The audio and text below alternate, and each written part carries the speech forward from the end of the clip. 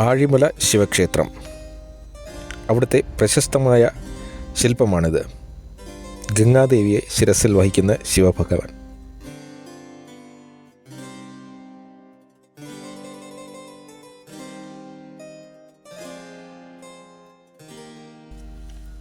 ആഴിമല ക്ഷേത്രത്തിൻ്റെ പിന്നിലെ കടൽ തീരം. ഈ തീരത്തോട് ചേർന്നാണ് വിഴിഞ്ഞം തുറമുഖത്തേക്കുള്ള കപ്പലുകൾ പോകുന്ന കപ്പൽച്ചാൽ. ഇന്ന് ഈ തുറമുഖത്തേക്ക് ക്രെയിനുകളുമായി വരുന്ന ഷെൻഹുവ 16 എന്ന കപ്പൽ തുറമുഖത്ത് സ്ഥാപിക്കാനുള്ള അടുത്ത ബാച്ച് ക്രെയിനുകളുമായി വരുന്നുണ്ട്. ഇതാണ് ആ കപ്പൽ. പുറംകടലിൽ എത്തിയിട്ടുണ്ട്.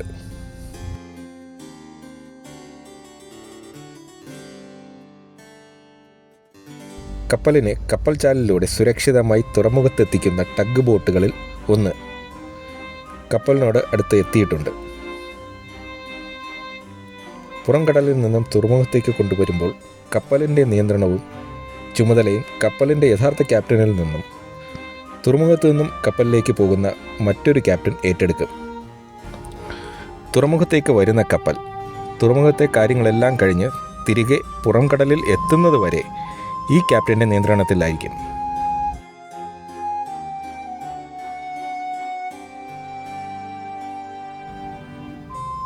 കപ്പലിനെ തുറമുഖത്തേക്ക് കൊണ്ടുവരുന്നതിനായി കപ്പലിനടുത്തേക്ക് യാത്ര പുറപ്പെട്ട മറ്റു 2 ടഗ് ബോട്ടുകൾ.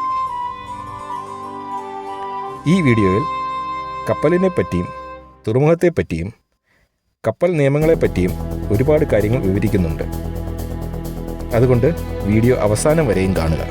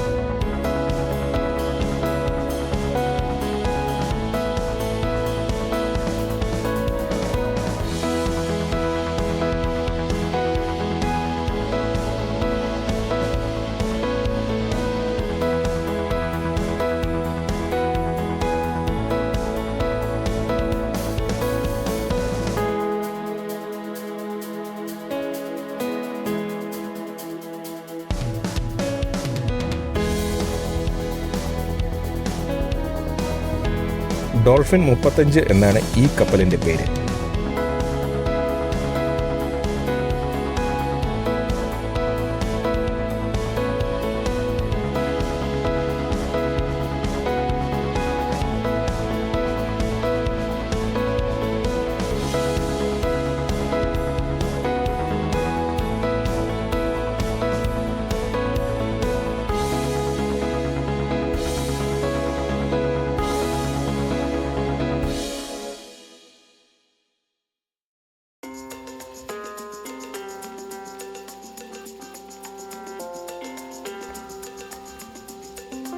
ഇത് ഡോൾഫിൻ 27. കൊച്ചി തുറമുഖത്തും ഡോൾഫിൻ എന്ന പേരിലുള്ള ടഗ് ബോട്ടുകൾ ഉണ്ട്. മുൻപ് ഞാൻ മറൈൻ ഡ്രൈവിലെ കാഴ്ചകൾ വീഡിയോ ഷൂട്ട് ചെയ്ത് സൂം ഡെസ്റ്റിനി ചാനലിൽ ഇട്ടിട്ടുണ്ട്. ഡോൾഫിൻ എന്ന പേര് ടഗ് ബോട്ടുകൾക്ക് ഇത്രയധികം വന്നതിൻ്റെ കാരണം എത്ര അന്വേഷിച്ചിട്ടും കണ്ടെത്താനായില്ല. അറിയാവുന്നവർ കമൻറ്റ് ബോക്സിൽ കമൻറ്റ് ചെയ്യുമെന്ന് പ്രതീക്ഷിക്കുന്നു.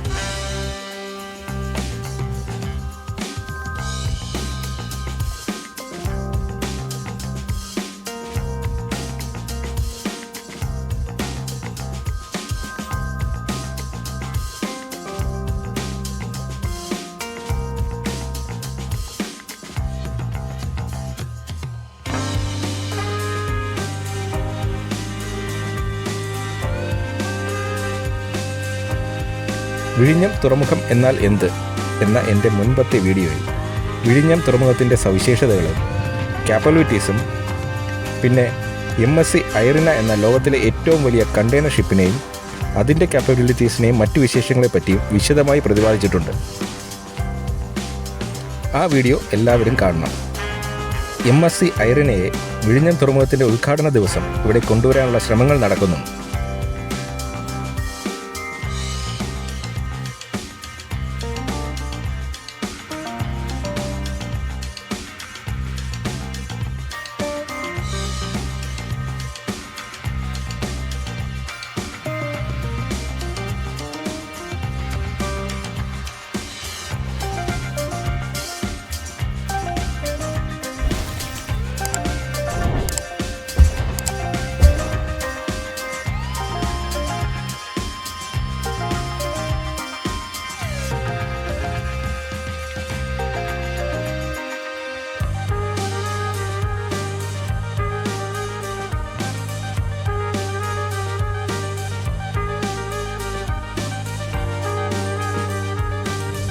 ടഗ് ബോട്ടുകൾ ഓളങ്ങൾക്ക് മുകളിലൂടെ കപ്പലിൻ്റെ അടുത്തേക്ക് പോകുന്നു.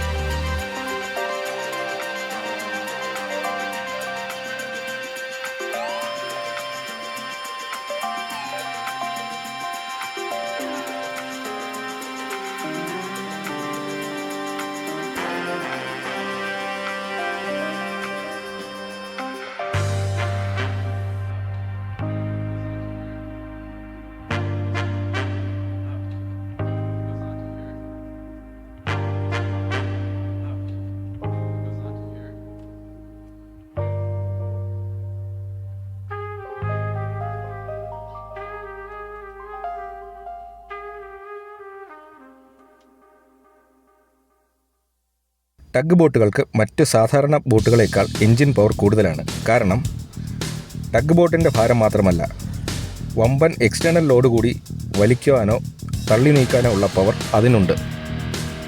അതായത് ബാർജിനെയോ കപ്പലിനെയോ തള്ളി നീക്കാനും തുറമുഖത്തെ യാർഡിലേക്ക് അടുപ്പിക്കാനും ഇവയ്ക്ക് കഴിയും.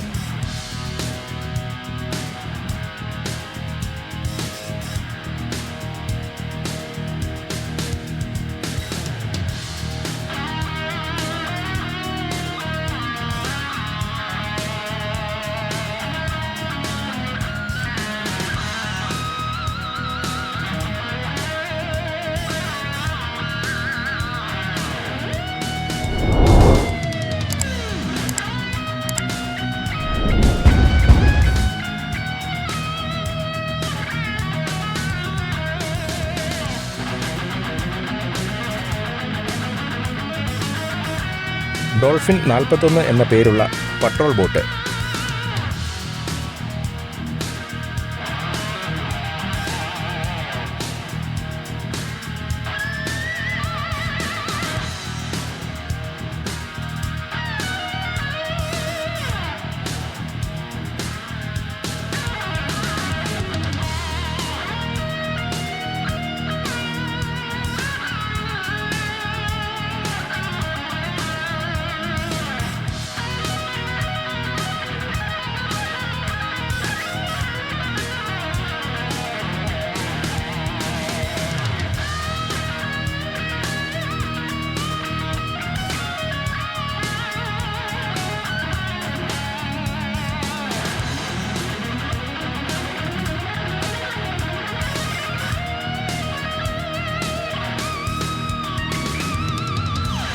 ഷെൻഹോ 16 എന്ന കപ്പലിൻ്റെ ഷേപ്പ് നോക്കുക.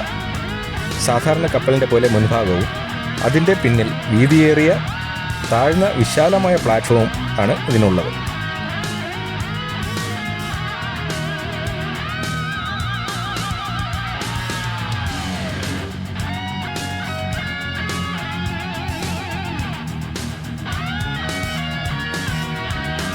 CRMG B01 yard crane. CRMG എന്നാൽ cantilever rail mounted gantry crane എന്നാണ്. ഇത് ഫുള്ളി ഓട്ടോമേറ്റഡ് ക്രെയിനാണ്.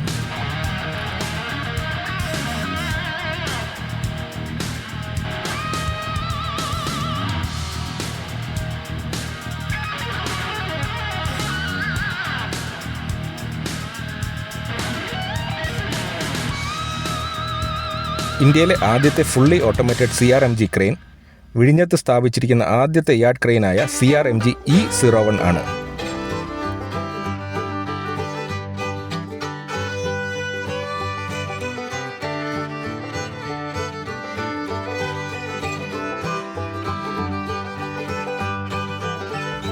കപ്പലിൻ്റെ പ്ലാറ്റ്ഫോമിന് മധ്യത്തിലായി, അതായത് CRMG ക്രെയിനുകൾക്ക് ഉള്ളിലായി മറ്റൊരു വലിയ ക്രെയിൻ കാണാം. അത് കപ്പലിൽ സ്ഥാപിച്ചിരിക്കുന്നതാണ്.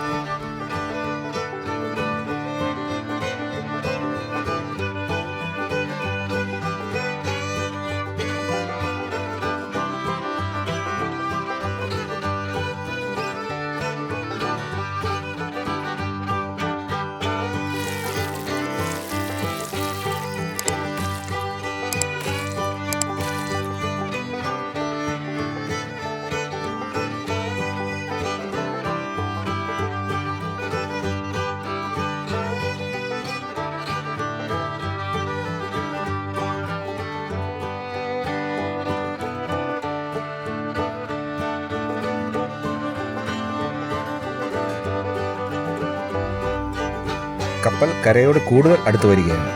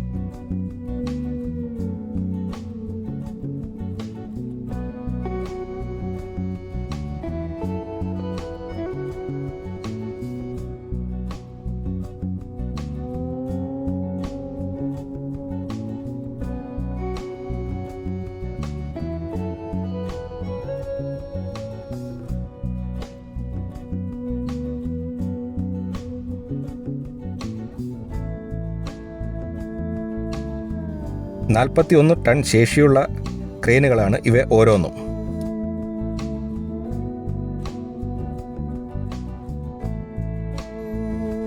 ഷെൻഹുവ 16 1982 ആണ് നിർമ്മിച്ചത്.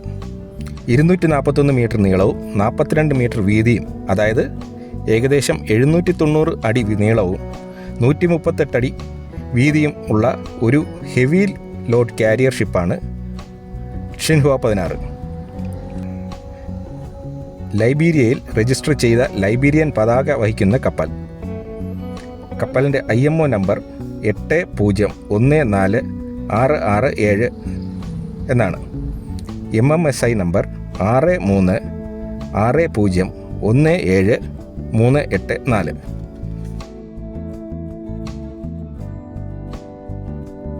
ഇനി നമുക്ക് ചില അന്താരാഷ്ട്ര കപ്പൽ നിയമങ്ങളെപ്പറ്റി നോക്കാം.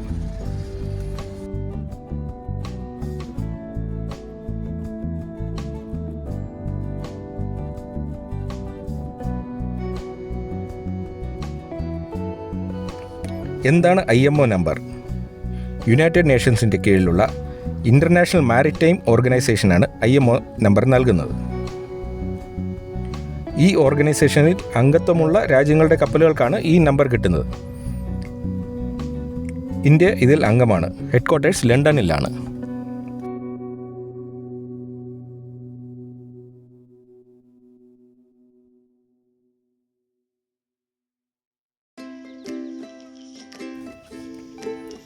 ഇന്ത്യൻ പതാക കണ്ടോ?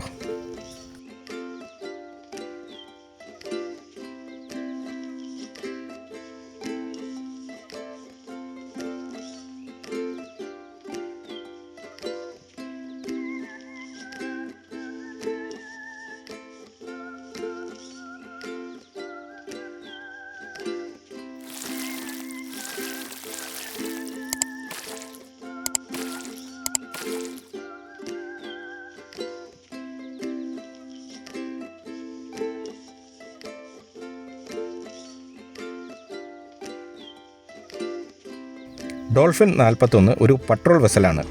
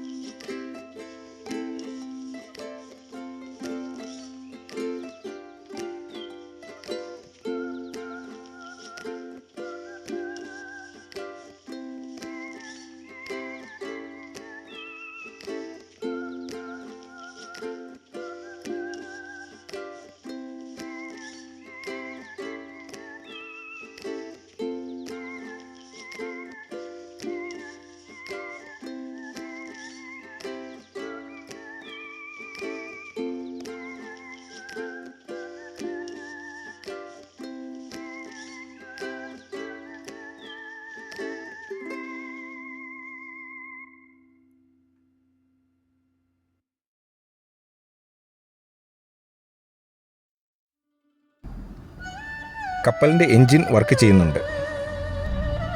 പുകക്കുഴലിലൂടെ പുക വരുന്നുണ്ട്. കപ്പലിൻ്റെ പിന്നിൽ നിന്നും കടൽവെള്ളം പുറകോട്ട് തള്ളുന്നുമുണ്ട്.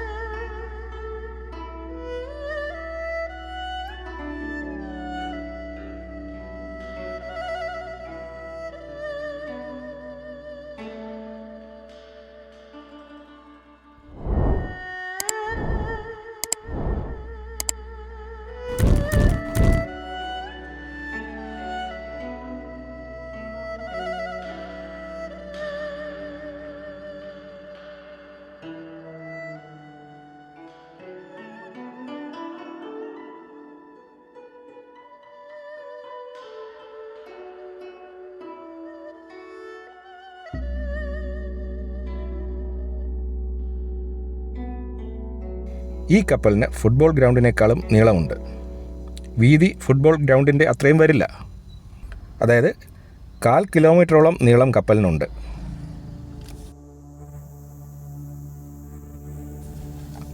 ഞാൻ നേരത്തെ പറഞ്ഞ MSC ഐറിന എന്ന ലോകത്തിലെ ഏറ്റവും വലിയ കണ്ടെയ്നർ കപ്പലിന് 400 മീറ്റർ നീളവും 61.3 മീറ്റർ വീതിയും ഉണ്ട്. അതായത് ഏകദേശം 1/2 കിലോമീറ്ററോളം നീളവും ഫുട്ബോൾ ഗ്രൗണ്ടിനേക്കാൾ വീതിയും ഉണ്ട്. വിഴിഞ്ഞം എന്നാൽ എന്ത് എന്ന വീഡിയോയിൽ ഈ കപ്പലിനെ പറ്റി വിശദമായി പറഞ്ഞിട്ടുണ്ട്. സൂം ഡെസ്റ്റിനി ചാനലിൽ ഈ വീഡിയോ ഉണ്ട്.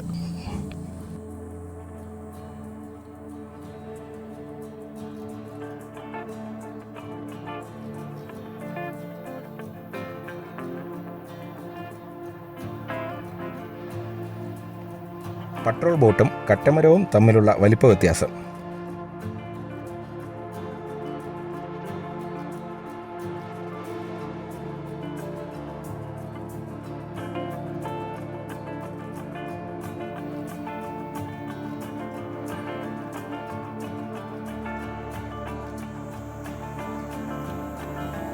MMSI number, maritime mobile service identities number.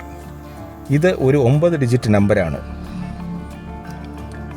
ആദ്യത്തെ 3 ഡിജിറ്റ് ഏതു രാജ്യത്തെ കപ്പൽ ആണ് എന്ന് തിരിച്ചറിയാനും പിന്നത്തെ 6 നമ്പർ കപ്പലിൻ്റെ ഐഡൻറ്റിറ്റി, അതായത് കപ്പലിനെ ഐഡൻറ്റിഫൈ ചെയ്യാനും ഉള്ളതാണ്. മാരിടൈം ഡിജിറ്റൽ സർവീസസ് കാളിംഗ്, അതായത് DSC, പിന്നെ ഓട്ടോമാറ്റിക് ഐഡൻറ്റിറ്റി സിസ്റ്റംസ് AIS എന്നിവ ചേർന്നതാണ് ഈ നമ്പർ.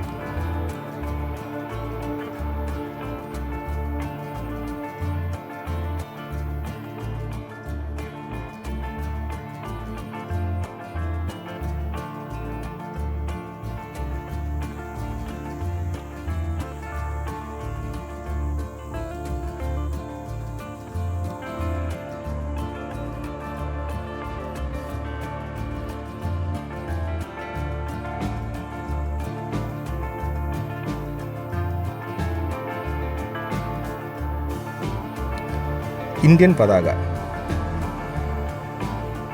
2 പതാകയുണ്ട്.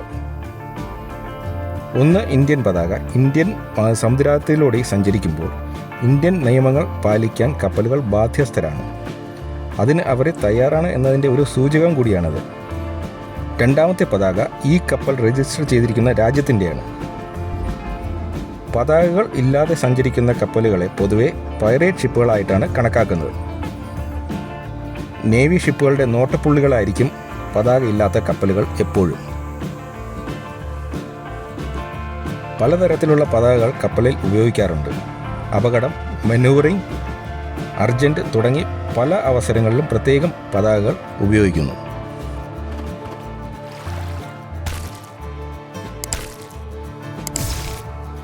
ആയിരത്തി 1982 യുണൈറ്റഡ് നേഷൻസിൻ്റെ കടൽ നിയമങ്ങളെ പറ്റിയുള്ള കൺവെൻഷൻ ലാ ഓഫ് ദി സീസ് പ്രകാരം ഒരു രാജ്യത്തിൻ്റെ ടെറിട്ടോറിയൽ വാട്ടർ, അതായത് സമുദ്രാതിർത്തി എന്ന് പറയുന്നത് രാജ്യത്തിൻ്റെ കടൽ തീരത്തു നിന്നും 12 നോട്ടിക്കൽ മൈൽ, അതായത് 22 കിലോമീറ്റർ അകലം വരെയാണ്. പക്ഷേ വിദേശ കപ്പലുകൾക്ക് ഈ അതിരിനകത്തുകൂടി കടന്നു പോകാൻ, അതായത് കരയിലേക്ക് വരാനല്ലാതെ ഇന്നസെൻ്റ് പാസേജ് എന്ന് പറയും. ഇപ്പോൾ ഇന്നസെൻ്റ് പാസേജായി ഇതുവഴി കടന്നു പോകാനുള്ള അവകാശമുണ്ട് എല്ലാ കപ്പലുകൾക്കും. കടൽ തീരത്തെ തിരയും കപ്പലും തമ്മിലുള്ള ദൂരം കണ്ടു. കരയോട് വളരെ അടുത്താണ് കപ്പൽച്ചാൽ. കരയോട് വളരെ അടുത്ത് നല്ല ആഴമാണ്. അതുകൊണ്ട് ഇവിടെ കടലിൽ ഇറങ്ങാൻ പാടില്ല. എല്ലായിടത്തും വാണിംഗ് ബോർഡ് സ്ഥാപിച്ചിട്ടുണ്ട്. 18 മുതൽ 21 മീറ്റർ വരെയാണ് ഇവിടുത്തെ സ്വാഭാവിക ആഴം. സെഡിമെൻറ്റ്സ് അടിയുന്നത് വളരെ കുറവാണ്. ഇവിടെ നിന്നും 10 നോട്ടിക്കൽ മൈലേ ഉള്ളൂ ഇൻ്റർനാഷണൽ ഷിപ്പിംഗ് റൂട്ടിലേക്ക്, അതായത് ഏകദേശം 18 കിലോമീറ്റർ. അതായത് ഇന്ത്യയുടെ സമുദ്രാതിർത്തി കരയിൽ നിന്നും 12 നോട്ടിക്കൽ മൈൽ അകലെ വരെയാണെങ്കിൽ ഈ 12 നോട്ടിക്കൽ മൈലിന് അകത്തുകൂടിയാണ് ഇൻ്റർനാഷണൽ ഷിപ്പിംഗ് റൂട്ട് കടന്നു പോകുന്നത്.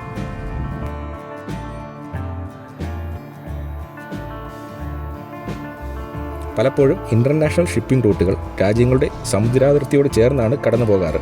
കാരണം എന്തെങ്കിലും എമർജൻസി സിറ്റുവേഷൻ ഉണ്ടായാൽ സഹായം ലഭ്യമാകുന്നതിനും പിന്നെ സുരക്ഷാ കാരണങ്ങളാലും കൊണ്ടാണ് ഇത്.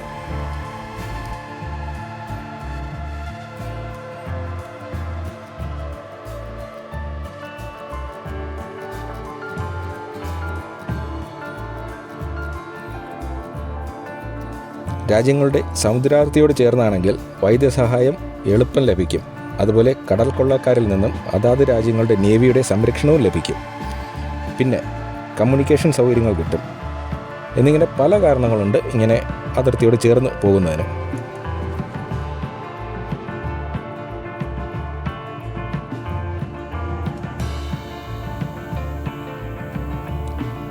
കപ്പൽ പുലിമുട്ടിലേക്ക്, അതായത് ബ്രേക്ക് വാട്ടറിനുള്ളിലേക്ക് പ്രവേശിക്കുകയാണ്. ടഗ് ബോട്ടുകൾ കൂടെ ഉണ്ട്.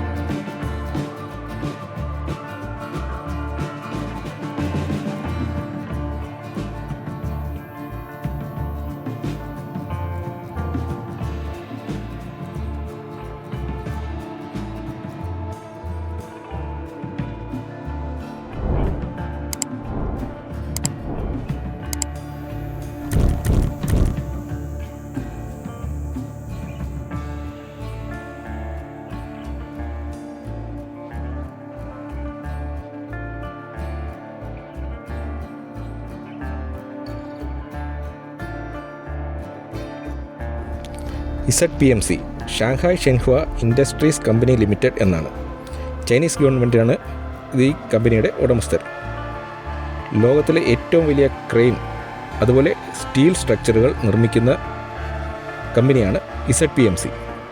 ലൈബീരിയയിൽ രജിസ്റ്റർ ചെയ്തിട്ടുള്ളതാണെങ്കിലും ZPMCയുടെ ഉടമസ്ഥതയിലുള്ള കപ്പലുകൾ ആണ് ഷെൻഹുവ സീരീസിലുള്ള കപ്പലുകൾ.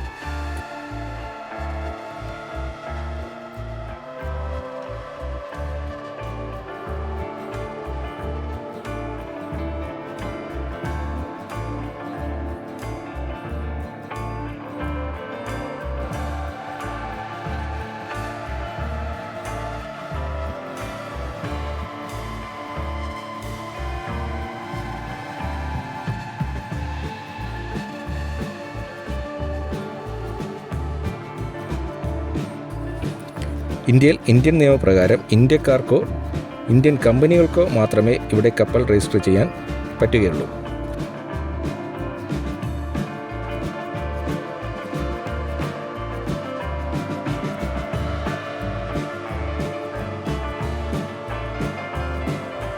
എന്നാൽ പനാമ, ലൈബീരിയ, മാർഷൽ ദ്വീപുകൾ, Hong Kong, Bahamas, Singapore, Greece, Malta, China, Cyprus എന്നീ 10 രാജ്യങ്ങൾ വിദേശ പൗരന്മാരെയും വിദേശ കമ്പനികളെയും ഈ രാജ്യങ്ങളിൽ കപ്പലുകൾ രജിസ്റ്റർ ചെയ്യാൻ അനുവദിച്ചിട്ടുണ്ട്.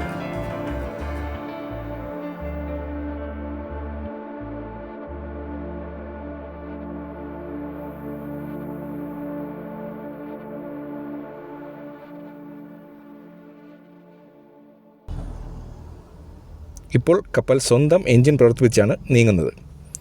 പൂക്കളിലൂടെ നന്നായി പുക വരുന്നു.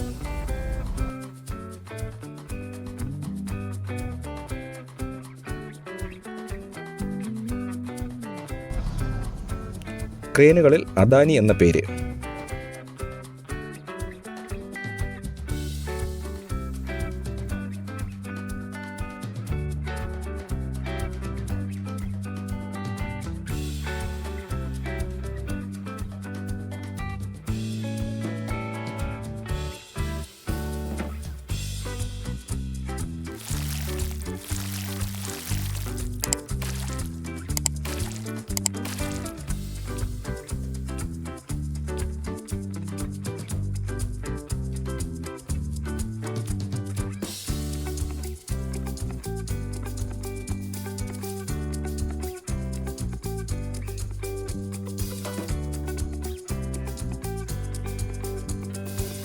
കപ്പലിലെ ക്യാപ്റ്റൻ ആണെന്ന് തോന്നുന്നു.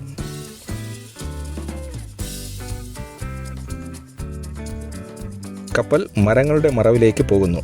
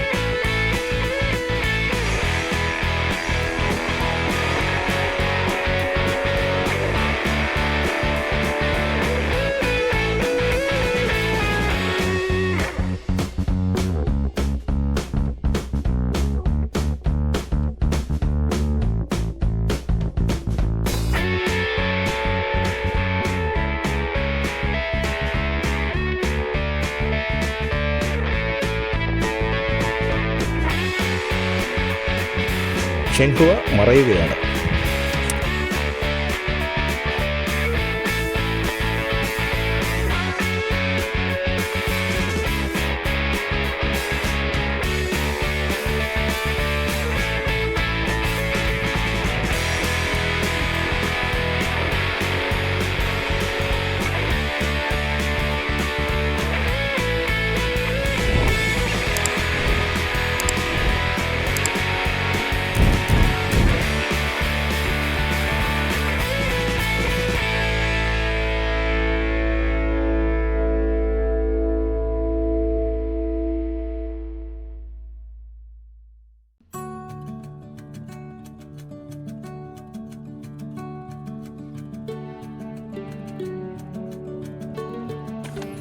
നോ സെൽഫി സോൺ, അപകട മേഖല. കടലിൻ്റെ ആഴം ഈ പ്രദേശത്ത് വളരെ കൂടുതലാണ്. ഒരുപാട് മത്സ്യവൈവിധ്യത്തിൻ്റെ കേന്ദ്രവുമാണ് ഈ വിഴിഞ്ഞം കടൽ മേഖല.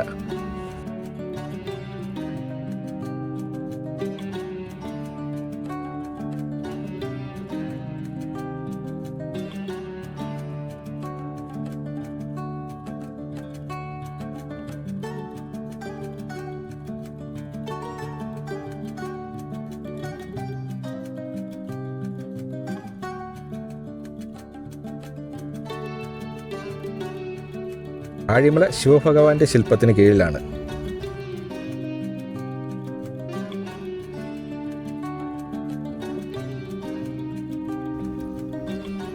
ആഴിമല കടൽ തീരം. ഇനി നമുക്ക് ഷിൻഹുവ 16 മറ്റൊരു ആംഗിളിൽ നിന്നുള്ള കാഴ്ചകൾ കാണാം. അവിടെ എത്തുമ്പോൾ മിക്കവാറും കപ്പൽ യാർഡിനോട് അടുപ്പിച്ച് മൂറിംഗ് നടത്തിയിട്ടുണ്ടാകും.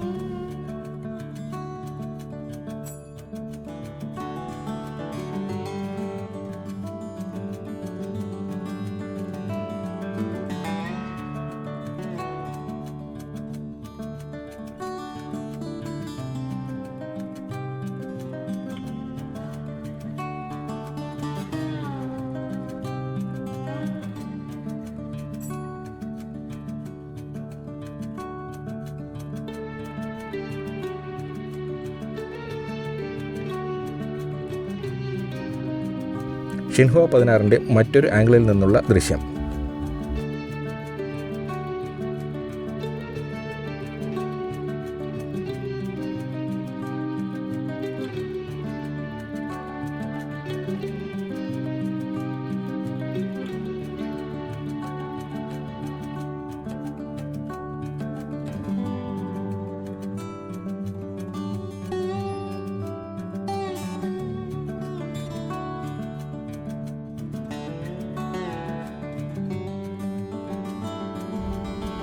കപ്പലിൻ്റെ മുൻഭാഗത്തുകൂടി താഴേക്ക് വീഴുന്ന വെള്ളം കണ്ടോ? ഇവ 2 വിധത്തിൽ ഉണ്ട്. ഒന്ന് bilge water, 2 ballast water. Bilge water ഇത് കപ്പലിൽ നിറയ്ക്കുന്ന വെള്ളമല്ല. മഴവെള്ളവും ലീക്കും ഓയിലും എല്ലാം ചേർന്ന് ഒരു അൺവാണ്ടഡ് ഐറ്റമാണ് ബിൽജ് വാട്ടർ. ഇത് കപ്പലിൻ്റെ ഹള്ളിൻ്റെ ഏറ്റവും അടിയിൽ അടിഞ്ഞുകൂടുന്നതാണ്. ഇവയെ യഥാസമയം പമ്പ് ചെയ്ത് വെളിയിൽ കളയും. ചിലപ്പോൾ ഖരമാലിന്യവും ഉണ്ടാകാറുണ്ട്.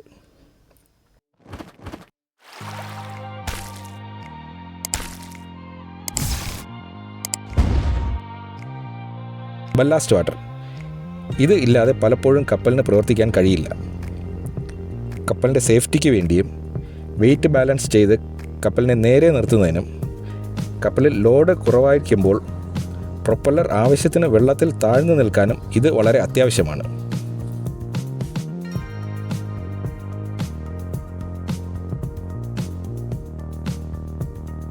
ബല്ലാസ്റ്റ് വാട്ടർ ആവശ്യാനുസരണം അകത്തേക്ക് എടുക്കുകയും പുറത്തേക്ക് കളയുകയും ചെയ്യും. ഇവിടെ ക്രെയിനുകൾ അൺലോഡ് ചെയ്യാൻ സമയത്ത് കപ്പലിൻ്റെ പ്ലാറ്റ്ഫോമും തുറമുഖത്തിൻ്റെ യാർഡും ഒരേ ലെവലാകാൻ ബല്ലാസ്റ്റ് വാട്ടർ ഉപയോഗിക്കുന്നു. അകത്തേക്ക് വെള്ളം നിറച്ചാൽ കപ്പലിൻ്റെ ഉയരം കുറയും, പുറത്തേക്ക് കളഞ്ഞാൽ കപ്പലിൻ്റെ ഉയരം കൂടും. ഇതാണ് ബല്ലാസ്റ്റ് ടെക്നോളജി.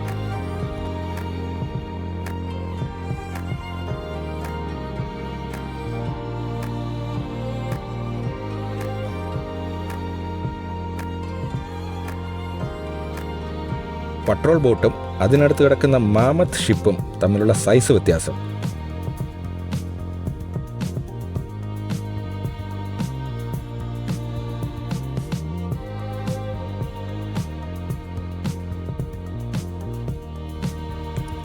ഇതുപോലെയോ അല്ലെങ്കിൽ MSC ഐറിന പോലെയോ ഉള്ള കപ്പൽ യാർഡിൽ ബെർത്ത് ചെയ്താൽ ഇവിടെ നിന്നും തിരികെ പുറംകടലിലേക്ക് തിരികെ പോകാനായി ഈ പുലിമുട്ടിനുള്ളിൽ വെച്ച് തന്നെ തിരിയാനുള്ള അത്രയും വീതി പുലിമുട്ടിനുണ്ടാവണം.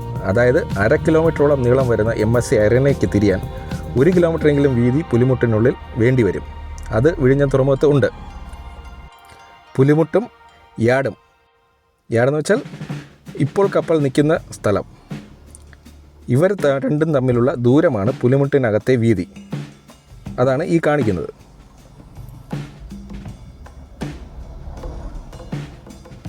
അതായത് യാർഡിൻ്റെ കപ്പലെടുക്കുന്ന ഭാഗവും പുലിമുട്ടും തമ്മിലുള്ള ഡിസ്റ്റൻസ്, അതാണ് പുലിമുട്ടിൻ്റെ വീതി.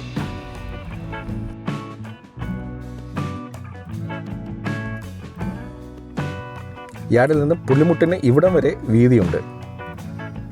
നീളം കൂട്ടാനുള്ള പണി ഇപ്പോഴും നടക്കുകയാണ്.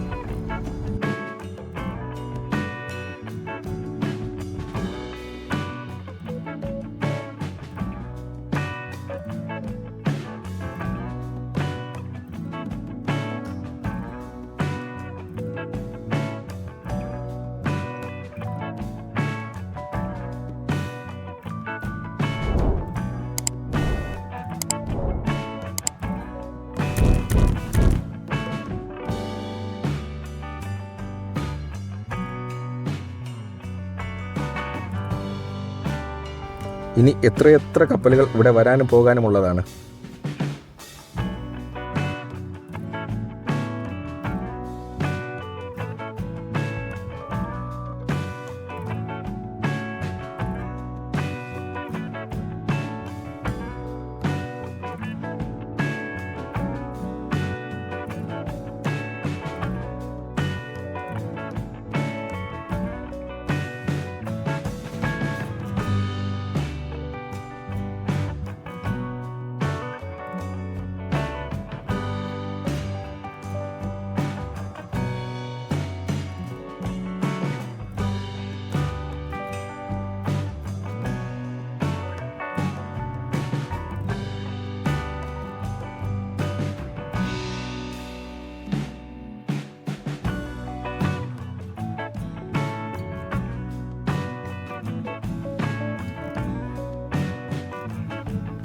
ഷെൻഹുവ 16 അറ്റ് വിഴിഞ്ഞം എന്ന ഈ വീഡിയോ ഇവിടെ അവസാനിക്കുകയാണ്.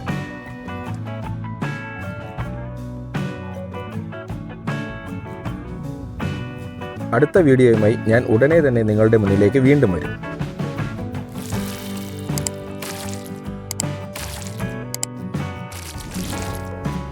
ഈ വീഡിയോ ഇഷ്ടപ്പെട്ടുവെങ്കിൽ ലൈക്ക് ചെയ്യുക, സബ്സ്ക്രൈബ് ചെയ്യുക, കമൻറ്റ് ചെയ്യുക, ഷെയർ ചെയ്യുക. കൂടാതെ സൂം ഡെസ്റ്റിനി ചാനൽ സന്ദർശിക്കുക.